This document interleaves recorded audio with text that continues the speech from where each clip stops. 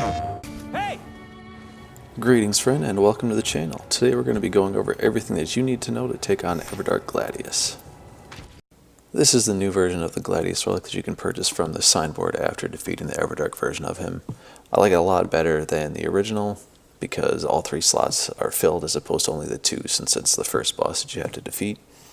It's also a lot better just for more Nightfarers in general, as most don't typically need to have the starting weapon deals fire damage effect. This is the relic setup that I'm running on my Iron Eye for Crater for this expedition. His Remembrance one is great for this, with starting with holy damage and being able to get the Boda Legendary with the Crater. The Evergel relic will just help boost our attack power even more, and the +1 additional character skill use I feel like is a must-have on Iron Eye. In regards to Nightfarers, it's really just a matter of who you're most comfortable playing. Things like Wilder, Raider, or Guardian will be a little bit more forgiving just because of how tanky they are. This boss just does so much damage, it's actually a little bit ridiculous. Until you learn the moveset, then you can mitigate that and have a little bit easier time with some of the squishier characters like Revenant or Recluse or Duchess even. It's really just about getting more familiar with the moveset and comfortable learning when to punish and when to dodge, and just overall help your team out in that regard. The best shifting earth, especially while the community is still trying to figure out Gladius' moveset, would have to be Noclateo, just for the amount of legendary chances that you get to boost your damage and get unique effects from, as well as the buff that Estelle gives from defeating him to revive your entire team and give you a damage boost if everyone goes down. The Crater is also viable for characters like Iron Eye, especially if you start with a Holy Bow and want to get it guaranteed legendary. The Rotting Woods is also an option, as Gladius is susceptible to rot, and you can get a lot of higher rarity drops from all the bosses that are in there. It also is good if you need to get the post-damage attacks return health if you don't have that already set up on your relics. It's also totally fine to not run a Shifting Earth if you want a little bit more map seed variety, to not feel like you're running the same thing over and over if you're doing the same Shifting Earth and spawning the same areas and things of that nature. There's also plenty of holy weapons in the base map loot pool. The events that can happen during Gladius' expeditions are the Night Horde, which will grant you a boost to your ultimate charge regeneration speed if you defeat all of them, as well as the Meteor Strike, which a lot of the community has not seen at all, but unfortunately does not give all that great of rewards. It's just a falling star beast that crashes into a portion of the map and doesn't give you any boons. For the fight itself, Gladius has a 35% weakness to holy damage and a 10% weakness to any form of thrusting damage, so a holy thrusting sword would be your highest damaging type of weapon in terms of weaknesses. He also has a 50% resistance to fire damage, so do not try to use any form of fire damage or spells, as that will be doing half what it normally would. For statuses, Sleep is the easiest to build up at 154 value, Rot and Bleed at 252, and Poison and Frost at 542. So it is possible to utilize statuses, but you'd really want to stick to Bleed or Rot in this case. Aside from finding a good source of holy damage, you just want to be on the lookout for any passives that increase physical, fire, or just general damage negation, as that will be the best way to survive and not be one-shot by every single attack that comes out of Gladius, and there are plenty of them. I have the rest of the expedition here with the traversal parts sped up, if that's something that you would find helpful, just to be able to see the pathing. It also keeps the action a little bit closer together. You're also more than welcome to just skip right to the end to see my commentary on everything that you need to know for the actual Gladius fight, movesets, and just general tips for it. I've definitely had my fair share of mishaps on this expedition just in general. I feel like the Royal Revenant in the basement has been tuned up, or somehow is just way tankier than I remember ever it being. I'll just leave it at that. Couple deaths to the Falling Star Beast as well in the crater, but just it's testament to the fact that if you have a little bit of a rough run, that doesn't mean that it's completely unwinnable. So don't feel like you have to quit and restart just with how much time it takes to get to the boss in general.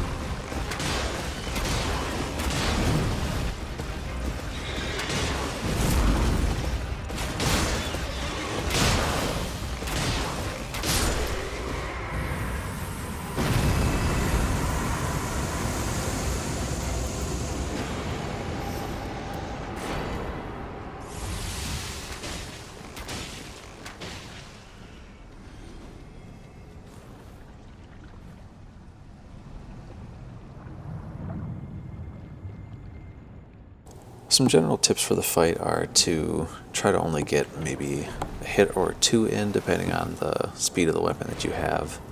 Just not get too greedy, because you have to respect the amount of damage that Gladius is able to output, because it is astronomical in some cases. The setup I got here going into the final fight is honestly pretty solid. We got the gold iron eye bow with the holy damage on it, and I'm able to get 2 epic rarity of the range weapon damage increases. The other passes on the weapons aren't too great. The less likely to be targeted, I feel like, does actually help keep the aggro off a little bit. But the increased fire damage negation is probably one of the biggest helps that we're going to get. We have plenty of fail-safes, damage boosts, and then a little bit of damage negation with the uplifting aromatics. I think it may have been due to the less likely to be targeted passive on my one weapon, but I didn't experience either of these 2 clips in my fight with Iron Eye that I wanted to go over. His ultimate will follow the 2 quick sword slashes like this. The fissures in the ground can either be rolled over or jumped, and if you dodge a second after the initial impact of the sword slam, you can mitigate the damage there. If you make it directly behind 2 as a safe spot, then have a very large punish window. Still working on figuring this move out, but when you see the heads rear back and the flames, just try to run the opposite direction with the surge sprint, because it is ridiculous tracking. The other thing that you have to watch out for is he'll do that 2 swing and then start walking off to the side like that. Any hits like that up to 3 will buff him, as you can see right below his health bar, which will usually be followed by the flings of flame. I just had to stop for a second and appreciate how amazing this Everdark arena looks. By far my favorite one we've gotten so far, and we only have Hulster left. So once you get close enough, you'll hear that initial roar, and if you sprint in the exact opposite direction until your stamina bar runs out, it'll buy you a little bit more time before the sword-carrying dog catches up and you have 3 to contend with instead of just the 2. They'll stay in this split form until they hit about 75 to 80% health. It's not a time-gated thing. Once that happens, they will enter their essentially 3rd phase, but 2nd for this fight, where they'll slam the sword into the ground and do 2 very quick and high damage sword dashes, followed by a Hulster copycat ultimate attack. For this section, you'll want to try to keep them on your screen as much as possible, just because the lunges and fire breath all require very specific timing, and it's just way too much to only focus on one and only see one when you're just trying to focus on audio cues in the background. Let me know if anyone else has run into the missing Hulster ultimate. I still think that it's due to the less likely to be targeted buff that I have. Once they join back up, it'll be a lot of lunging attacks like these 2 here. Just have to watch and time it once they get close enough. With most of the sword attacks, it'll be a little bit more delayed that you'll want to dodge. My goal here with Iron Eye is just to maintain markers as much as possible and use it as a dodge, because you have a lot of iframes with it as well. For those fire attacks, the fans spread out fairly far, so if you want to play a little bit further back, you can sit in between them and not take damage. But if you are a melee character and want to try to stay closer, you will want to dodge right as the sword comes out. Once they split back, they'll do this crazy dash attack at you, and the last one is the one you have to worry about the most. You can do normal sprints to dodge the first 2, and then a surge sprint off to the side to dodge the last one, making sure to pay careful attention to that crazy follow-up trail of damage that the last one will have.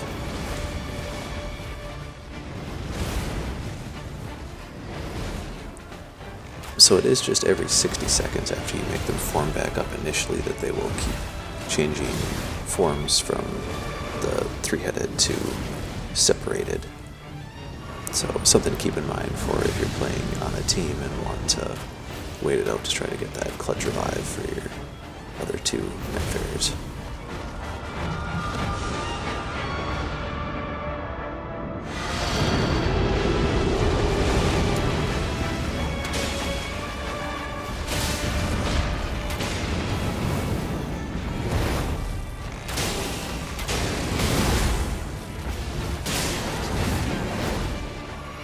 this is a good example of the fanning motion of the flame fling attack that he does.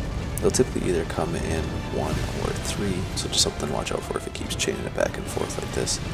But there are safe areas in between if you're hanging back a little bit further and not right up close to him.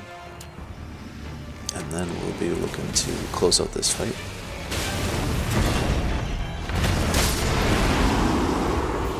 Let me know what you guys thought of the fight, and if you have any other questions in the comments. Personally, it's one of my favorites, right up there with Adel as far as being a fair fight that's also rewarding. And don't forget, you're beautiful. Thank you guys so much for watching, and have a great rest of your day.